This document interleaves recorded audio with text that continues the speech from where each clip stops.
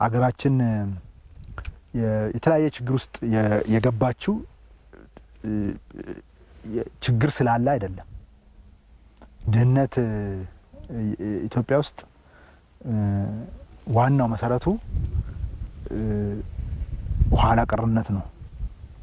የመንግስት ስርዓቶቹ፣ እሳቤዎቹ ወዘተ ኋላ ቀርነትን ማዕከል ያደረጉ ስለነበረ በሚፈለገው ደረጃ የሚፈለገው ውጤት መምጣት አልቻለም።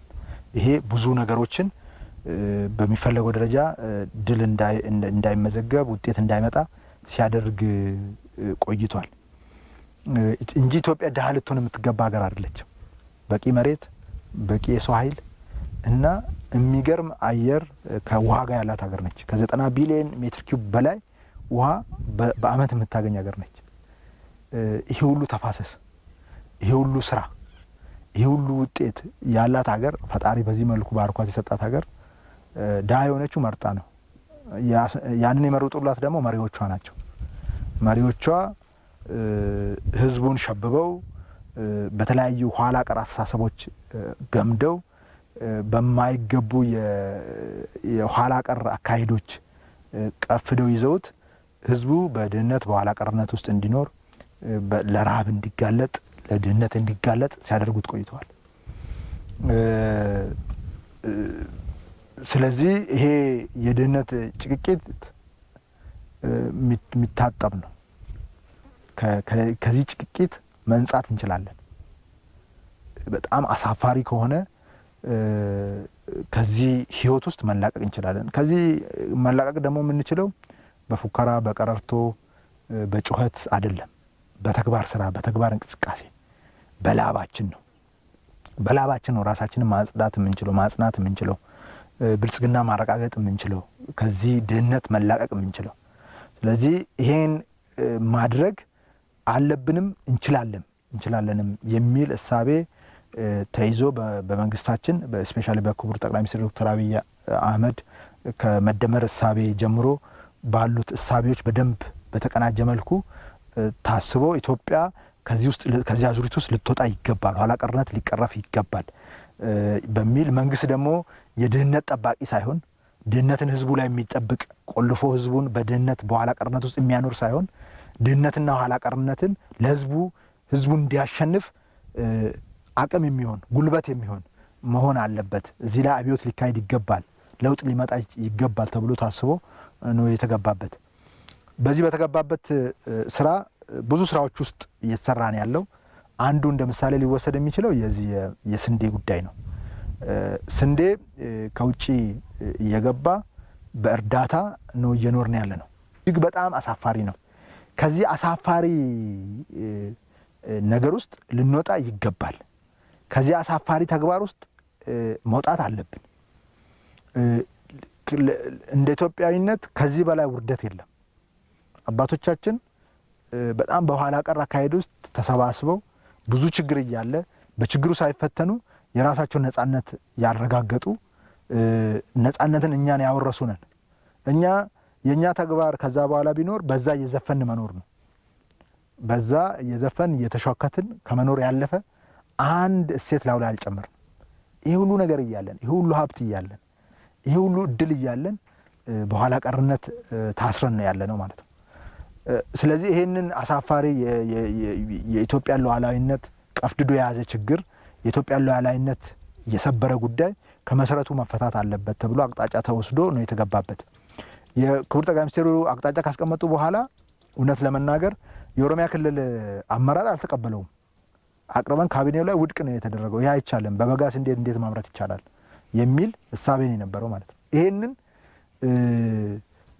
በጣም ከነበረው እሳቤ ድህነትን ኖርማል አድርገን ሁሉን ነገር አይቻልም በሚል መንፈስ ተይዘን ስንሄድበት የነበረው ሂደት ብዙ ነገሮችን በከፍተኛ ደረጃ ሲያበላሽ የቆየበት ለውርደትም ሲዳርገን የነበረ ነገር ነው ማለት ነው። ይሄንን በመሰረታዊነት ለመፍታት ሰፊ ስራ ነው በተለያየ መንገድ ለመስራት የተሞከረው።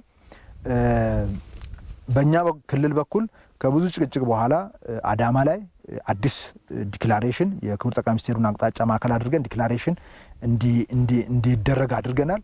በተደረገው ዲክላሬሽንም መሰረት አዳማ ዲክላሬሽን ብለን ሁለት ነገርን ለማሳካት አንደኛ የስንዴን ከውጭ የሚመጣ ስንዴ የማስቀረት፣ ሁለተኛ ወደ ውጭ የሚላከውን ስንዴ የማሳካት ጉዳይ እንደ ግብ ይዘን ይሄን ለማድረግ ደግሞ ሁለት መንገድ መከተል አለብን። አንደኛ ክረምት ላይ የምንሰራው ስንዴ መጨመር አለብን፣ ሁለተኛ የበጋ ስንዴን ማካሄድ አለብን ብለን አቅጣጫዎች አስቀምጠን ገባንበት። በክረምትን ጨምር ያለው ያኔ ኢኒሼቲቭ ስንጨምር ኦሮሚያ ውስጥ ሲሰራ የነበረው ስንዴ 700 ሺህ አካባቢ ሄክታር ነው። አሁን 1.7 ሚሊዮን ሄክታር ደርሷል። 1.7 ሚሊዮን ሄክታር በክረምት አድርሰናል። ሁለተኛ የበጋ ስንዴ የመጀመሪያ ዓመት ያው ተቃውሞ ስለነበረ በስንት ጭቅጭቅ ነው የተጀመረው። ሲጀመር በ7,000 ሄክታር ነው የጀመርነው የዛሬ 4 ዓመት። በ7,000 ሄክታር የጀመርነው ስንዴ ቀጥሎ በ382,000 ቀጥሎ በአምና 665,000 በዚህ ዓመት 1.1 ሚሊዮን ሄክታር ተዘርቷል እስካሁን የበልግን ሳይጨምር ማለት ነው። ይህም በማድረግ በዚህ ጉዳይ ያለውን ራዕይ ከመሰረቱ ማሳካት ተችሏል ማለት ነው። ይህን ሲደረግ እንደ ስልት የተጠቀምነው እና ጉዳዩን የቀየረው መካናይዜሽን ነው የመጀመሪያው ማለት ነው። መካናይዜሽን ባይኖር ይህንን ማድረግ አይቻልም። ስለዚህ መካናይዜሽን ላይ ሁለት ነገር ላይ እንሰራን ነው፣ ትራክተርና ፓምፕ ላይ። ፓምፕ ለምን ዋናው ቁልፉ ነገር ፓምፕ ነው እና ትራክተር ነው። ለምን ፓምፕ ባይኖር 1 ሚሊዮን ሄክታር 1.1 ሚሊዮን ሄክታር በመስኖ ልንሸፍን አንችልም። ለምን መስኖ መሬት የለንም፣ እስኪም አልተሰራም። እስኪም 1 ሚሊዮን ሄክታር ኢትዮጵያ ውስጥ የስኪም ኢሪጌሽን ለመስራት 30 ዓመት ያስፈልገናል። ኮንትራክተሩም የለም እንስራ ብንልም ብንሰራም ደግሞ እጅግ በጣም ፈታኝ ነው። ሲቪል ወርክ አለው፣ ኤሌክትሮሜካኒካል አለው። ቀላል ስራ አይደለም የመስኖ ስራ። ፓምፑን ገዝተን እንትን ወንዞች ላይ ማቆም ብቻ ነው የሚፈልገው፣ ውሃ ያለበት ቦታ ብቻ ነው የሚፈልገው። ይሄን ለማድረግ ይሄን ስራ ስንጀምር ከ1,000 አይሆንም የነበረን ፓምፕ በአጭር ጊዜ ውስጥ ከ45,000 ፓምፕ በላይ አድርሰናል ማለት ነው። ይሄ ነው ጨዋታውን የቀየረው። ሁለተኛው ትራክተር ነው። በበጋ በበሬ ማረስ አይቻልም፣ በጣም ገል ይበዛዋል፣ በጣም ይፈትናል አርሶ አደሩን። ትራክተሩ ግን ኢዚሊ እንድናርስ የተዘራውንም ኢዚሊ በኮምባይነር እንድናጭድ እድል ሰጠ ማለት ነው። እነዚህ ሁለቱ ነገሮች ጨዋታውን ከመሰረቱ ነው የቀየሩት ማለት ነው። ስለዚህ አሁን ፓምፕ በዚሁ ልክ እየጨመርን ከሄድን ምዕራብ ኦሮሚያ ብቻ ጅማ፣ ኢሉባቦር፣ ቡኖ በደሌ፣ ምዕራብ ወለጋ፣ ቄለም ወለጋ እና ምስራቅ ወለጋ ላይ ብቻ 1 ሚሊዮን ሄክታር ስንዴ ማምረት ይቻላል። ለምሳሌ አሁን እነዚህ አካባቢዎች ላይ ክረምትም ስንዴ አይታወቅም። አሁን በበጋ ጅማ ዞን ብቻ ከ300,000 ሄክታር በላይ በበጋ ስንዴ ሸፍኖታል። ይሄ ተአምር ነው። ጅማ ዞን ውስጥ የስንዴ ቅጠል አይታወቅም ነበር። አንዳንድ ቦታ እኮ የስንዴ ቅጠል አይታወቅም አሁን በበጋ ስንዴ የሚመረትበት። ኦሮሚያ ውስጥ አሁን ውሃና ሰው ያለበት አካባቢ ሁሉ ፓምፕ ካቀረብንና ከመራ ነው ህዝቡ ስንዴ እያመረተ ነው ያለው። ስለዚህ እኔ በሚቀጥሉት 4-5 ዓመታት ፓምፕ ላይ እና መካናይዜሽን ላይ ከሰራን በበጋ ብቻ ኦሮሚያ ውስጥ ከ3 እስከ 4 ሚሊዮን ሄክታር በስንዴ ማምረት ይቻላል። ስፔሻሊ ወተር ሃርቨስቲንግ ላይ ጠንክረን ከሰራን፣ ትናንሽ ግድቦችን፣ መካከለኛ ግድቦችን ውሃ መያዝ ብቻ ከሰራን፣ ወንዞቻችንን በልሰን ከሰራን፣ ይሄ ግሪን ሌጋሲ ላይ የጀመርነው ነገር እንዲጠነክር አድርገን ዝናብ እንዲመለስ ምንጮች እንዲጎለብቱ ማድረግ ከቻል 3-4 ሚሊዮን ሄክታር መስራት ይቻላል። ከዚህ ብቻ ከበጋ ስንዴ ብቻ ኢትዮጵያ ሙሉ በሙሉ ሚሊየንስ ብዙ 10 ሚሊዮን ኩንታሎችን ኤክስፖርት ማድረግ ትችላለች። አቅሙ አለ። ስለዚህ ይሄ ትልቅ አብዮት የተካሄደበት ውጤት የተገኘበት የክቡር ጠቅላይ ሚኒስትር ዶክተር አብይ አህመድ ሀሳብ መሪነት፣ ሀሳብ አፍላቂነትና መሪነት ኢትዮጵያ ውስጥ መሰረታዊ ለውጥ የመጣበት ሂደት ነው ያየ ነው ማለት ነው። በዚህ ጉዳይ ውስጥ ዋናው ጉዳይ ግንዛቤው ነው፣ ጉዳዩ ላይ መስማማት ነው። ከተስማማንና ከተግባባን በኋላ አርሶ አደሩ ካወቀና ጥቅሙን ካየ በኋላ ይኸው ታምር እየሰራ ነው ያለው። አሁን ሁሉም ቦታ ፓምፕ አምጡ ነው ያለው፣ ዘር አቅርቡልን ነው። አርሶ አደሩ ቻሌንጅ እያደረገ ነው ያለው። ይሄንን እድል የከፈተልን ተግባራዊ እንቅስቃሴ ነው ማለት ነው። በተግባር ጉዳዩን ማሳየት መቻል ነው። ስለዚህ አርሶ አደራችን አዲስ ታሪክ ነው እየሰራ ያለው። አሁን ምንም ነገር በሌለበት ይሄው ለምለም ማሳ መሀል ነው ያለ ነው። የሚገርም አዝርት ነው ይዞ ያለው። ምን አይነት ውጤት ማምጣት እንደሚችል ከዚህ ላይ ምን ያህል አርቨስት ማድረግ እንደምንችል በተጨባጭ ያሳየ ነው። ስለዚህ ኦሮሚያ በክረምትና በበጋ ብቻ 2.8 ሚሊዮን ሄክታር አልምታለች ማለት ነው ዘንድሮ በስንዴ። ስለዚህ በሚቀጥለው ዓመታት ኦልሞስት 3 እጥፍ በላይ ነው የሄደው በ4 ዓመት። ከዚህ በላይ መሄድ እንችላለን። ከበረታን የበጋ ስንዴ የክረምት ስንዴ መብለጥ ይችላል። ለምን በክረምት የተሻለ በበጋ የተሻለ ነው ስንዴ። ለምን የተቆጠበ ውሃ እንሰጠዋለን። ዋግ ብዙ እንትን የለም። አረም ብዙ አይፈትነውም። ዝናብ በዝቶበት እህሉን አያስቸግረውም። በጣም እንደምታዩት ነው። ውጤቱም ከክረምቱ በጣም የተሻለ ነው ፕሮዳክቲቪቲው ፐር ሄክታር። ስለዚህ ይሄንን ማድረግ ነው። ይሄን ያመጣው ምንድነው? ቃል ነው፣ ሐሳብ ነው። ቃል ይገላል፣ ቃል ያድናል። ቃል ነው እያዳነን ያለው። ይሄንን ውርደት በእርዳታ ስንዴ የመኖርን ውርደት በቃል እና በተግባራዊ እንቅስቃሴ በላባችን ነው ይሄንን ጭቅቂት ከላያችን ላይ እያጠብን ያለ ነው ማለት ነው። ስለዚህ ይሄን ጠንክረን መስራት ያስፈልጋል። አሁን ይሄ ነገር እንዳይሳካ ብዙ ኃይሎች ይፈልጋሉ። የታሪክ ጥፋቱ ተሰርቷል። የኢትዮጵያ አዲስ ታሪክ ጥፋት ተሰርቷል። በስንዴ በ1 ቢሊዮን ዶላር ስንዴ ኢምፖርት የምትኖር የነበረች አገር ኢምፖርት ብቻ የምትኖር ብቻ ሳይሆን በስንዴ እርዳታ የምትኖር የነበረችን አገር ስንዴ አምርታ ኤክስፖርት ማድረግ የምትችል አገር በማድረግ የታሪክ ጥፋት ተሰርቷል። አዲስ ታሪክ ተሰርቷል። ይሄ ታሪክ እንዳይሰራ የሚፈልጉ ኃይሎች አሉ። እነዚህ ታሪኩን እነሱ ታሪክ ካልሰሩ በስተቀር ታሪክ አይሆንም። እነዚህ ኃይሎች ታሪኩ ደግሞ እንዲጨነግፍ ከሰማይ በታች የሚችሉትን ሁሉ እያደረጉ ነው ያሉት። ግን የእነዚህ ሰዎች አድርጎት አዋራ ነው። ከአዋራ አልፍም። ትንሽ የምትለብሰውን ልብስ ፊትህን ምናምን ሊያበላሽ ይችላል። የህዝባችንን ህይወት እያጎሳቀሉ ነው ያሉት። ገንዘብ መድበው እየሰሩ ነው ያሉት። ግን ከነገንዘባቸው ይጠፋሉ። ኢትዮጵያ ታሪኳን መስራት፣ አዲስ ታሪክ መስራት፣ አዲስ የታሪክ ጥፋቶችን እየተከለች መሄዷን ወደፊት ትቀጥላለች። በምን? በሀሳብ፣ በትክክለኛ ሀሳብ፣ በትክክለኛ ቃል፣ በተግባራዊ እንቅስቃሴ፣ በህዝባችን ተግባራዊ እንቅስቃሴ። በዚህ አዳዲስ ታሪኮች እየተጻፉ ይቀጥላሉ። እነዚህ ኃይሎች ግን ስንዴ እንዳይሳካ ለማድረግ ከፍተኛ ርብርብ እያደረጉ ነው ያሉት። ከፍተኛ ርብርብ ግን ኢትስ ቱ ሌት። ይሄን ወደ ኋላ ሊመልሱ አይችሉም። ይሄን ታሪክ ወደ ኋላ ሊመልስ የሚችል አንድም ኃይል የለም። ለምን? ሀሳቡ ትክክለኛ ስለሆነ፣ ለምን? እግዚአብሔር ስለሚረዳን ወደ ኋላ ይሄን መመለስ አይቻልም። እነዚህ ኃይሎች ይሄንን ችግር ውስጥ ከተው መሄድ የሚፈልጉት ነገሮችን በማይፈለግ መንገድ ለመምራትና ነገሮችን ለማበላሸት ያላቸውን ፍላጎት በከፍተኛ ደረጃ ለማሳካት ነው ጥረት እያደረጉ ያሉት። ይህ አይሳካም። ይሄ ደግሞ ወደፊትም ስርዓት እንዲዝ ለማድረግ ጠንክረን መስራት ያስፈልጋል። የኢትዮጵያ ኢኮኖሚ የተቀደደ በርሜል ሆኗል። የተቀደደ በርሜል ያደረገው 3 ነገር ነው። የተቀደደ በርሜል ውስጥ ደግሞ ውሃ አይሞላም። አሁን የኢኮኖሚ እንቅስቃሴው እንዳይቋጥር፣ ኢትዮጵያ ውስጥ ዌልዝ እንዳይፈጠር፣ ኢትዮጵያ ውስጥ አቅም እየፈጠር እንዳንሄድ እያደረገን ያለው በርሜሉ የተቀደደ መሆኑ ነው። የተቀደደው በርሜል ደግሞ የሆነበት 3 ነገር ነው። በርሜሉን የቀደዱት አንደኛው ህገወጥነት ነው። ህገወጥነት ሰው በህገወጥ መንገድ ስንዴ ገዛና ጎረቤት ሀገር ወስዶ በህገወጥ መንገድ ከስሮ ይሸጣል። ባገኘው ዶላር እዚህ የተሳሳተ ዋጋ ሰጥቶ ስንዴ ገዝቶ ይወስድና ጎረቤት ሀገር ይሸጣል። ባገኘው ዶላር ደግሞ ሌላ እቃ ገዝቶ አምጥቶ 3-4 እጥፍ ህዝቡ ላይ አትርፎ ይሸጣል። ህዝቡን ሁለቴ ነው ይሄ ህገወጥነት እያደማ ያለው። ሲወጣም ያደማል፣ ሲገባም እያደማው ነው ያለው። ይሄንን መከላከል ማስቀረት ያስፈልጋል። ሁለተኛው ችግር የኢትዮጵያ ኢኮኖሚ ችግር ኢንተርፕረነሮች መጥፋታቸው ነው። ኢንተርፕረነሮች ይሄንን እንዴት ነው ወደ ድል የምንቀይረው? ከዚህ ላይ 10-20% አትርፈን ሞር እንዴት እንዲመረት እናድርግ፣ እንዴት ከዓለም ጋር እናስተሳስረው ብለው አስበው አገር ፈጥረው ራሳቸውን ፈጥረው እዛ ውስጥ ራሳቸውን የሚያቆሙ ኃይሎች ናቸው። እነሱ ናቸው የሚያስፈልጉን። እነሱ እጦት ነው ኢኮኖሚውን ችግር ውስጥ እየከተተ ያለው። ሶስተኛው ችግር ውስጥ እየከተተ ያለው ቁጠባ ነው። በጣም ኮንሱመር ሶሳይቲ ነን እና ያመረትነውን ሁሉ ከተጠቀምን ካልተቆጠብን ኢንቨስትመንት አይኖርም። ይሄ ከፍተኛ ችግር ያመጣል። እነዚህ 3ቱን ከተከላከል የኢትዮጵያን ብልጽግና ማረጋገጥ እንችላለን። በአጭር ጊዜ ውስጥ የኢትዮጵያን ብልጽግና ማረጋገጥ ይቻላል። በርሜሉን እንዲያፈስ እያደረገ ያለው ይሄንን ነው። ይሄን ከተከላከል ማስተካከል ይቻላል። በዚህ ውስጥ እንግዲህ አሁን ህገወጥነቱን ለመከላከል ይሄ ስግብግብ ኃይላትን መስመር ለማስያዝ አንዱ ትኩረት አድርገን መስራት ያለብን እና በጣም በፍጥነት ልንሄደው የሚገባው ጉዳይ አንዱ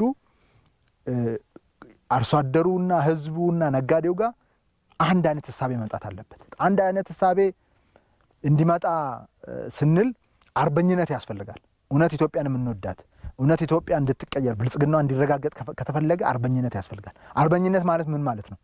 ለአገር ለህዝብ መቆም፣ ለዛ መከላከል፣ ለዛ የሚፈለገው መስዋዕትነት መክፈል፣ ለዛ የሚፈለገውን ዋጋ መስጠት ያስፈልጋል። አርሶ አደሩ አርበኝነቱን አረጋግጧል በማምረት። የንግድ ስርዓቱ ደግሞ አርበኝነቱን ማረጋገጥ አለበት። ነጋዴው አርሶ አደሩ ካላመረተ ሸማቹ ካልኖረ በስተቀር ልትኖሩ አትችሉም። ራሳችሁ በስግብግብነት በምትሄዱት አካሄድ የትም ልትደርሱ አትችሉም። እናንተም ትጠፋላችሁ፣ አገር ይዛችሁ ትጠፋላችሁ። ስለዚህ ሁሉም ጋር አርበኝነት ያስፈልጋል። አሁን ኢትዮጵያ ምንድን ነው የሆነችው? ማንም ገብቶ የፈለገውን ይዞ የሚወጣባት ጠባቂ ባለቤት የሌላት እንድትሆን ነው እያደረግን ያለ ነው። ተባብረን ሁሉም በየደረጃው ያለው አመራሩም ሁሉም ተሳታፊ ነው። ይህንም መከላከል አለብን። ስለዚህ ይሄ ካልተፈታ በስተቀር የሚፈለገው ውጤት መምጣት አይችልም። እያንዳንዳችንን አርበኝነት ያስፈልገናል። አርበኝነት ልናሳይ ይገባል። አንዱ ይሄ ነው። ሁለተኛው ጉዳይ የዚህ የኮኦፕሬቲቮች ጉዳይ ነው። ኮኦፕሬቲቮች በአግባቡ ስራቸው እንዲሰሩ ማድረግ ያስፈልጋል። ሁለት አይነት ኮኦፕሬቲቮች ያስፈልጉናል። አንደኛ አምራቹ በኮፕ መደራጀት አለበት። በህብረት ስራ ማህበር ተደራጅቶ ምርቱን አገር ውስጥም ውጭም በተደራጀ መንገድ መሸጥ አለበት፣ የተወሰነ ትርፍ አግኝቶ። ሸማቹም ህብረት ስራ ማህበር ማደራጀት አለበት። ችግር ሲመጣ ብቻ መሄድ የለብን። ነጋዴ እንኳን አላቸው እንደላሎቹ ኢትዮጵያን አርሶ አደርና የኢትዮጵያን ተጠቃሚ እያወናበዱ እየተጫወቱበት ነው ያሉት። አሁን ባለፉት ዓመታት ሽንኩርት ነበረ ሰማይ ነካው። አሁን ሽንኩርት የሚገዛ ሰው የለም፣ ማሳ ላይ እየበሰበሰ ነው ያለው። አሁን ደግሞ ይሄ ሁሉ ስንዴ ተመርቶ እጥረት እንዲፈጠር እያደረጉ ነው ያሉት። ይሄንን ልንከላከል ይገባል። እሱን ለማድረግ ሁለቱም ህብረት ስራ ማህበራቶች መስመር መያዝ አለባቸው። ሶስተኛው ሬጉሌት ማድረግ አለብን። ህግን ማስከበር አለብን፣ ስርዓት ማስከበር አለብን። ይህን በማድረግ የንግድ ተቋማቶች ንግድን የሚከታተሉ ኢንስቲትዩሽኖች በየደረጃው ያሉት በደንብ ተከታትለው ጉዳዮችን እያስፈጸሙ መስመር እያስያዙ መሄድ አለባቸው። ይህን ካደረግን አጠቃላይ ሁኔታው ሊቀየር ይችላል። አሁን እየተደረገ ያለው ርብርብ አዋራ በማስነሳት ስንዴው እንዳይታይ፣ ምርቱ እንዳይታይ፣ ለውጥ እንዳይታይ ምናምን ነው እየተሞከረ ያለው። ስንዴው ማስቀረት አይቻልም፣ ለውጡ ማስቀረት አይቻልም። አዋራው ዝናቡ ሲዘንብ ይጠፋል። እላችን ያረፈ አዋራም ካለ ታጥመን እናጸደዋለን። ከዛ ይዘለል አይደለም ማለት ነው። ስለዚህ እነዚህ ኃይሎች መስመር እንዲይዙ ተባብረን እያንዳንዳችን መስራት አለብን። የእኛን ነጋዴዎች በጣም ማበረታታት ትፈልጋለሁ። አርሶ አደሩ ምርት እየጨመረ ነው ያለው። የኢትዮጵያ ኢኮኖሚ እየተቀየረ ነው ያለው። ከዛ ላይ እናንተ አሁን እጃችሁ ላይ ያለችው ሀብት በጣም ትንሽ ነች። የኢትዮጵያ ውስጥ የተፈጠረው ሀብት ገና ብዙ ነው የሚፈጠረው። አሁን ያለው ሀብት 1% አይሆንም። ገና 99%ቱ ገና ትልቅ ጉዞ ከፊታችን ይጠብቀናል። መዓት ማዕድን አለን፣ ያልታረሰ መሬት አለን፣ ይሄ ሁሉ ውሃ አለን፣ ይሄ ሁሉ የሰው ኃይል አለን። መቼ ተነካ?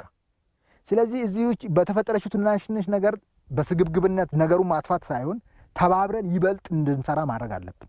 ይበልጥ እንድንሰራ አርሶ አደሩ መጠቀም አለበት፣ እናንተ መጠቀም አለባቸው፣ አገር መጠቀም አለበት፣ ኮንሱመሩ አራቱ መጠቀም አለባቸው።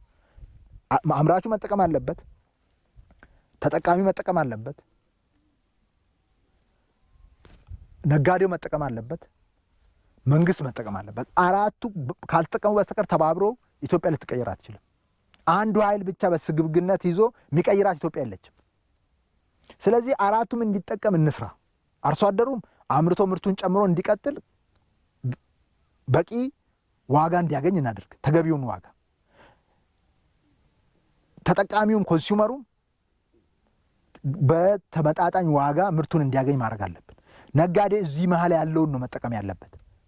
መንግስት ደግሞ ከዚህ መጠቀም አለበት። እነዚህ አራቱ ተባብሮ ካልተጠቀሙ በስተቀር አገር ሊቀየር አይችልም። ይሄ ምን ማለት ነው? ለምሳሌ ይህን ስንዴ ለማምረት ትራክተር ያስፈልጋል፣ ፓምፕ ያስፈልጋል፣ ምርጥ ዘር ያስፈልጋል፣ ማዳበሪያ ያስፈልጋል። እነዚህ አራቱም ነገር መንግስት በሰብሲዲ ነው የሚያቀርበው። ለምሳሌ ትራክተርና ፓምፕ መንግስት ከቀረጥ ነፃ እያቀረበን ያለው። ቀረጥ ነፃ ብቻ አይደለም፣ እነዚህ ምርቶች በርካሽ ዋጋ ለአርሶ አደሩ እንዲቀርቡ እየተደረገ ነው ያለው። ከገበያ ዋጋው በጣም ከፍተኛ ልዩነት ነው ያለው። ለምሳሌ ትራክተር ብቻ ብንወስድ ከ2.5 ሚሊዮን ብር በላይ ልዩነት አለው ከገበያ ዋጋ ላይ። ይሄን አድርጎ ሰብሲዳይዝ አድርጎ ነው እያቀረበ ያለው። መዳበሪያ አምና ከ1000 ብር በላይ ነው በኩንታል ያቀረበው መንግስት። ዘንድሮ ወደ 21 ቢሊዮን ነው አሁን ሰብሲዳይዝ ያደርገው መንግስት። ይሄን ሁሉ ለማድረግ መንግስት ምን ያስፈልገዋል? ዶላር ያስፈልገዋል። ዶላር ለማግኘት ኢትዮጵያ ኢኮኖሚ ኤክስፖርትድ መሆን አለበት። ይበልጥ ለማምረት ኤክስፖርት ማድረግ አለብን። ዶላር መጥቶ እነዚህ ቅድም ያልኩት ግብአቶች ካልመጡ ይሄ ምርት ልናየው አንችልም። ይሄ ምርት ከሌለ ደግሞ ነጋዴው እላው ላይ የሚሸዋከተውና ድራማ የሚሰራበት ምርት አይኖርም። ስለዚህ መተባበር አለብን። ስለዚህ ሁሉም የሚገባውን አግኝቶ ሁሉም የሚገባውን ሲያገኝ ደግሞ ዛሬ ያገኛትን ሳይሆን ወደፊት የሚያገኘውን ነገር ማዕከል አድርጎ ወደፊት የሚፈጥራትን አገርና ህዝብ ማዕከል አድርጎ በደንብ በአርበኝነት ሊሰራ ይገባል። ኢትዮጵያዊነት በዘፈን በቀረርቶ አይደለም። ኢትዮጵያዊነት በፉከራ በለቅሶ አይደለም። ኢትዮጵያዊነት በተግባር ነው። ኢትዮጵያን ላይ ጭቅት ሆኖ የኢትዮጵያን ያጎደፉ ጉዳዮችን በላባችን በትክክለኛ እሳቤ ከላዩ ላይ በማጠብ ነው፣ በስራ በተግባር። ይሄን በማድረግ ነው ኢትዮጵያዊነትን የምናረጋግጠው። ይሄን በማድረግ ነው የኢትዮጵያን ሉዓላዊነት ወደ ላቀ ደረጃ ልናሸጋግር የምንችለው። ለሱ ደግሞ በደንብ ተግተን መስራት አለብን። ለሱ ደግሞ ስግብግብነት ሊቆም ይገባል። ህገወጥነት ሊቆም ይገባል። እራሳችሁ ነው እየሰረቃችሁ ያላችሁት። ይሄን በዚህ ሂደት ውስጥ ለመስረቅ የምትሞክሩ ሰዎች እራሳችሁ ነው የምትሰርቁት። ልጆቻችሁ ነው እየሰረቃችሁ ያላችሁት። ስለዚህ ይሄ ማንንም አይጠቅምም፣ የጥፋት መንገድ ነው። ይሄንን ተባብረን በሁሉም መስክ ምርትና ምርታማነትን የምንጨምርበትን አግባብ ሁሉም ፌርሊ በተመጣጣኝ የሚጠቀምበትን አግባብ እየፈጠር ልንሄድ ይገባል። አሁን የሚፈጠሩ ችግሮች በኑሮ ላይ በተለያየ የሚፈጠሩ ጉዳዮች በጽናት እናልፋቸዋለን። ተባብረን ሰርተን እናልፋቸዋለን። አሁን በኮኦፕሬቲቮች ከዛሬ ጀምሮ በአዲስ አበባ ገበያ በሌሎችም ከተሞች ፍንፍኔ ላይ ሌሎችም ከተሞች ላይ ለማቅረብ እንሰራለን። ይሄ መቀጠል አለበት። ይህንን ሸገር ከተማ ላይ፣ ፍንፍኔ ላይ፣ አዳማ፣ ሌሎችም ከተሞች ላይ እንጀምራለን። ይሄ መቀጠል አለበት። ግን አሁንም ተባብረን ከዚህ ስግብግብ አካሄድ ውስጥ ሁሉም አካል ሊወጣ ይገባል። ተባብረን አራቱም ተዋናዮች የሚገባቸውን አግኝተው በሚገባቸው ግን ተጨማሪ ነገር ቀጣይነት በሚያረጋግጥ መንገድ ሁላችንም ተባብረን ልንሰራ ይገባል የሚል ያለኝ። ኢትዮጵያ ታሪክ እየሰራች ነው ያለች። ሁሉ ነገር እየተለወጠ ነው ያለው። መሰረታዊ ውጤቶች እየመጡ ነው ያሉት። ምንም ጥርጥር የለኝም። የኢትዮጵያ ብልጽግና ይረጋገጣል። ለምን? ትክክለኛ ሀሳቤ ነው ያለን። የመደመር ሀሳቤ ትክክለኛ ሀሳቤ ነው። ትክክለኝነቱ በተግባር ታይቷል። በሁሉም መስክ ስንዴ እንደ ምሳሌ ያነሳን እንጂ ሁሉም ምርት ላይ 50% 100% ጨምረናል። ባለፉት ዓመታት በጣም በከፍተኛ ደረጃ እየተቀየረ ነው ያለው። ስለዚህ ትክክለኛ ሀሳቤ። ሁለተኛ በተግባር የተፈተነ ህዝብ አለን። አሁን የኢትዮጵያ ህዝብ ሰነፍ ነው ምናምን ውሸት ነው ይሄ። የመንግስት አመራር ሰራተኛ ምናምን ሰነፍ ልንሆን እንችላለን። የኢትዮጵያ ህዝብ ትጉ ሰራተኛ ነው። ወጣቱ ትጉ ሰራተኛ ነው። የሚሰራ ነገር ከተሰጠው በትክክለኛ አግባብ ከተመራ ሰርቶ ራሱን የሚቀይር ህዝብ ነው። ይሄን አይተናል በተግባር መቀየር እንደሚቻል። ሶስተኛ ከዚህ በፊት ኢትዮጵያን በጭቅቅትና በድህነት ኋላ ቀርነት ውስጥ ቆልፎ ያኖራት የመንግስት ሲስተሙ ነው። ስርዓቱ ህዝብን ከድህነት የሚያወጣ ሳይሆን ድህነት ውስጥ እያቆረቆዘ በዛ በኋላ ቀርነት ውስጥ እየገዛ ለመሄድ የሚዳድር ነው የነበረው። እዛ ላይ የሚሰራ ነው የነበረው። እሱ ተፈቷል። ብልጽግናን የሚያረጋግጥ የመንግስትን አፓራተስ ለልማት የሚጠቀም መንግስት ተፈጥሯል። ይሄ በተግባር የልማት መንግስት መሆኑን የውጤት መንግስት መሆኑን የሚቀይር ኃይል መሆኑን በተግባር እያየን ነው። ይሄንን በሁሉም መንገድ አስቀጥለን ልንሄድ ይገባል። ይሄ ውጤቱ በተጨባጭ እየታየ ነው ያለው። ስለዚህ መንግስትም የኢኮኖሚ አመራር መንግስት መሆኑን እነዚህን መሰረታዊ የኢትዮጵያ ችግሮች የሚፈታ መሆኑን በተግባር ታይቷል ማለት ነው። አራተኛው ምንድን ነው? ፈጣሪ ደግሞ በሁሉም ነገር እግዚአብሔር እየረዳን ነው። ውጤቶቹ በሁሉም መስክ እንዲሰምሩ እያደረገ ነው። እነዚህ አራቱ ነገሮች ተደምረው የኢትዮጵያን ብልጽግና ያረጋግጣሉ። ምንም ጥርጥር የለውም። ትክክለኛ ሀሳብ ያለን፣ ልማትን እና ኢኮኖሚን የሚመራ መንግስት አለን። ታታሪና ሰርቶ ያልጠገበ በላቡ ይሄንን የኢትዮጵያን ጭቅቲት ማጠብ እችላለሁ፣ ማጽዳት እችላለሁ ብሎ የሚያምን ጠንካራና ትጉህ ህዝብ አለን። እዚህ ላይ ደግሞ የሚያግዘን እግዚአብሔር አለ። ይህንን ይዘን በሁሉም መስክ የኢትዮጵያን ብልጽግና የማረጋገጥ ስራ እንሰራለን። የኢትዮጵያ ብልጽግና በልጆቿ ጥረት ይረጋገጣል። ምንም ጥርጥር የለኝም። አሁን እያየነው ያለ ነው በጣም ደስ የሚል በጣም ስኬታማ ስራ ነው። ይሄን የሰሩ እጆች፣ አይምሮች እግዚአብሔር ይባርካቸው።